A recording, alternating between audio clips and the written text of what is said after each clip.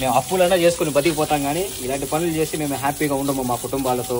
ఈ బ్లాగ్లో మనము కొన్ని నిమిషాలు మాట్లాడతాం, సరేనా? అస్సలాము అలైకుం, నమస్తే అందరికీ, welcome to driver Imran blogs. కోవిడ్లో దుమ్ములు వేసినప్పుడంతా నాకు మెట్లతో పోరాటం చేయాల్సి వస్తుంది. ప్రతిసారి సమ్మర్ స్టార్ట్ అయినప్పటి నుండి పెద్ద తలనొప్పి అయిపోయింది. పైప్ తీసుకోవడము, కడుక్కుంటా రావడం, సేమ్ ఇలాగే. ఈ బ్లాగ్లో మనము కొన్ని నిమిషాలు మాట్లాడుకుంటాం, సరేనా? పైప్ ఉంది కాబట్టి నేను తెప్పించుకున్నా. పైపు లేదనుకో, ఒక బకెట్ తీసుకోవడము, ఒక చెంబు తీసుకునేసి నీళ్లు కొట్టుకుంటూ కడుక్కుంటూ రావడం. పెద్ద తలకాయ నొప్పి పైపు లేకపోతే. ఇప్పుడు నేను కడిగేదేమి మా మేడం యొక్క సొంత ఇల్లు ఏం కాదు, ఇది గవర్నమెంట్ అపార్ట్మెంట్లు అన్నమాట. జస్ట్ ఈ మొత్తం అలా కడుక్కుంటా ఆ ఏరియా మొత్తం కడిగేస్తే అయిపోతుంది. 2 ఫ్లోర్లు కడుక్కుంటా వచ్చేసరికి లాస్ట్కి ఇది మిగిలింది. కడగడం ఒకటే కాదు, దీని తర్వాత ఏం చేస్తాను చూడండి. పైనుండి కింద వరకు అయితే కడిగేసా. ఇప్పుడు కడిగిన నీళ్ళు మొత్తం కిందకి లాగాలి. ఇదే, నువ్వు హౌస్ డ్రైవర్ కదా, నీకు ఈ పనులంతా చేయాల్సిన అవసరం ఏముంది? నీ పని నువ్వు చూసుకోవచ్చు కదా, ఎందుకు కోవిడ్ వాళ్ళకి ఇదంతా నేర్పిస్తున్నారు మీరు అనేసి మీరు అడగచ్చు. మీరే కదా, చాలామంది కొన్ని డౌట్లు ఉంటాయి, ఎందుకు చేస్తున్నారు అనేసి. మ్యాటర్ ఏంటంటే, మేము ఇక్కడికి వచ్చింది హౌస్ డ్రైవర్ పైన వచ్చినాం. వచ్చేటప్పుడు 1,00,000-1,50,000 అప్పులు చేసుకొని వచ్చి ఉంటాము. ఇంటి దగ్గర కొంతమందికి అప్పులు ఉంటాయి. ఇక్కడ వచ్చిన తర్వాత ఏమవుతుందంటే, వాళ్ళు ఫస్ట్లో ఇది చేయాలి అది చేయాలని ఏం చెప్పరు. కూర్చోబెట్టేసి 1 నెల 2 నెలలు మంచిగా జీతం ఇస్తారు, పని అంతగా ఏం చెప్పరు. 1-2 నెలల తర్వాత లైసెన్సులు, అకామాలు ఇవన్నీ అయిపోయిన తర్వాత ఏం చేస్తారంటే డ్యూటీ ఎక్కిస్తారు. డ్యూటీ ఎక్కిన తర్వాత మెల్లమెల్లగా ఈ పని చేయి, ఆ పని చేయి అంటే ఏంటి, డ్రైవింగ్ ఒకటే కాకుండా వేరే పనులు కూడా కురమాయిస్తారనమాట. మరి మీరు చెప్పొచ్చు కదా, మేము ఈ పని చేయము, మేము వచ్చింది హౌస్ డ్రైవర్ పనికి, ఓన్లీ డ్రైవింగ్ ఒకటే చేస్తామని మీరు అడగచ్చు. అది మేము కూడా అడిగినాం చాలాసార్లు. అడిగితే వాళ్ళ నోట్లో నుంచి వచ్చిన మాట ఏంటంటే, ఖచ్చితంగా చేయాలి, డ్రైవింగ్ పని ఒకటే కాదు, ఈ పనులని మీరు చేయాలంటారు. లేదు మేము చెయ్యము అంటే వాడు ఏం చేస్తారు తెలిసిన, సరే నేను నీకు ఎంత ఖర్చు పెట్టానో అంటే లైసెన్స్ కోసము, అదేవిధంగా నేను ఇక్కడికి తెప్పించడానికి ఎంత ఖర్చు పెట్టానో ఆ డబ్బు కట్టేసి నువ్వు ఇంటికి వెళ్ళిపో అంటారు.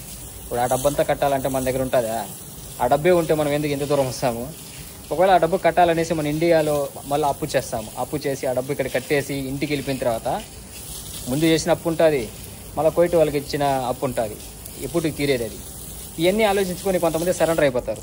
అందరూ అలా సరెండర్ అయిపోతారు అనుకోవద్దు. కొంతమంది ఉంటారు, లేదు మేము చెయ్యము, ఈ పనులన్నీ చేస్తే మాకు నామోషి, మేము అప్పులన్నా చేసుకుని బతికిపోతాం, కానీ ఇలాంటి పనులు చేసి మేము హ్యాపీగా ఉండము మా కుటుంబాలతో అని కొంతమంది ఏం చేస్తారంటే, కోవిడ్ వాళ్ళకి ఏదో ఒకటి నచ్చ చెప్పుకోనో లేదంటే డబ్బులు కట్టేసో ఇక్కడ నుండి ఇండియాకి వెళ్ళిపోతారనమాట. ఇండియాకి వెళ్ళిన తర్వాత మళ్ళీ అక్కడ కొన్ని ఇబ్బందులు పడుతూ, అవస్థలు పడుతూ, కొన్ని రోజుల తర్వాత మళ్ళీ కొత్త వీసా కోసం ట్రై చేస్తారు. కావాలని ఎవరు వీళ్ళకి ఏం నేర్పించరన్నా, కావాలని మేము ఇదంతా చేసుకుంటూ వచ్చాము. అవసరాలు, ఇంట్లో కొన్ని అవసరాలు ఉంటాయి కదా, ఫ్యామిలీ కోసం అంతే. మాకు ఏమైనా సరదానా ఇది? ఇలా మొత్తం కడుక్కుంటా కూర్చోవడానికి, ఇది కడుక్కోవాలా, బండ్లు కడుక్కోవాలా, డ్యూటీలు చూసుకోవాలా, మార్కెట్కి వెళ్ళాలా, పిల్లలు పిలుచుకొని రావాలా, ఇవన్నీ మాకు సరదా కాదు. ఇంకా వేరే దారి లేక చేసుకుంటూ ఉంటున్నాం అంతే. అదేదో ఇండియాలోనే చేసుకుని బతకొచ్చు కదా అంటారు. ఇండియాలో చేసుకునేదానికి చాలా ఉన్నాయి పనులు, కానీ డబ్బులు మిగలట్లేదు. ఎంత సంపాదించినా కానీ ఇంటి ఖర్చులకి అక్కడ ఇక్కడ మొత్తం ఖాళీ అయిపోతాయి. అదే ఇక్కడ ఎలా అంటే నెలకి జీతం వచ్చేస్తుంది, నెలకి ఎలా కాకపోయినా ఒక 30-35 వేలు వస్తుంది. కాబట్టి 5 వేలు ఖర్చులు పోయినా కానీ 30 వేలు అట్టే ఇంటికి పంపించేస్తూ ఉంటాం కొంతమంది. కాబట్టి ఇక్కడ డబ్బులు మిగులుతాయన్న ఒక చిన్న ఆశతో ఇంత దూరం వచ్చి ఈ చాకరీలన్నీ చేసుకునేది. ఈ గల్ఫ్లో బతికే వాళ్ళని తక్కువ అంచనా వేయొద్దు. ఇంకోటి ఏంటంటే వాళ్ళని చులకనగా మాట్లాడద్దు, సరేనా? మొత్తానికి క్లీన్గా కడిగేసాను అబ్బా, ఇదే లాస్ట్. కొంచెం అట్ట కొట్టేసినానంటే ఈ పని అయిపోయింది. ఇంక ఈ పైప్ని మర్చేసి బాత్రూంలో పెట్టేసి నేరుగా, అబ్బా నా కారు ఎంత వరస్ట్ ఉందంటే 2 వీక్స్ నుంచి దాన్ని కడగలేదు. చూడండి ఎలా ఉందో. నిన్న దుమ్ము పడినప్పటి నుండి గలీజుగా తయారైపోయింది.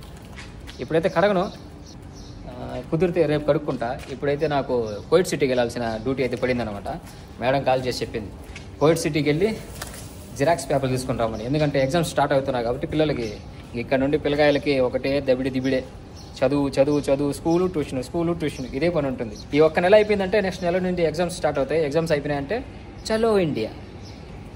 సరే, మరి వీడియో ఎలా అనిపించిందో కింద కామెంట్ చేయండి. ఒకవేళ నేను ఏదైనా తప్పుగా మాట్లాడుంటే ఐఎమ్ సో సారీ, నన్ను క్షమించండి. మరిన్ని వీడియోస్ కోసం మన ఛానల్ సబ్స్క్రైబ్ చేసుకోండి. ఈ వీడియో నచ్చినట్లయితే లైక్ చేయండి. మీ ఫ్రెండ్స్ ఎవరైనా చూడాలంటే వాళ్ళకి షేర్ చేయండి.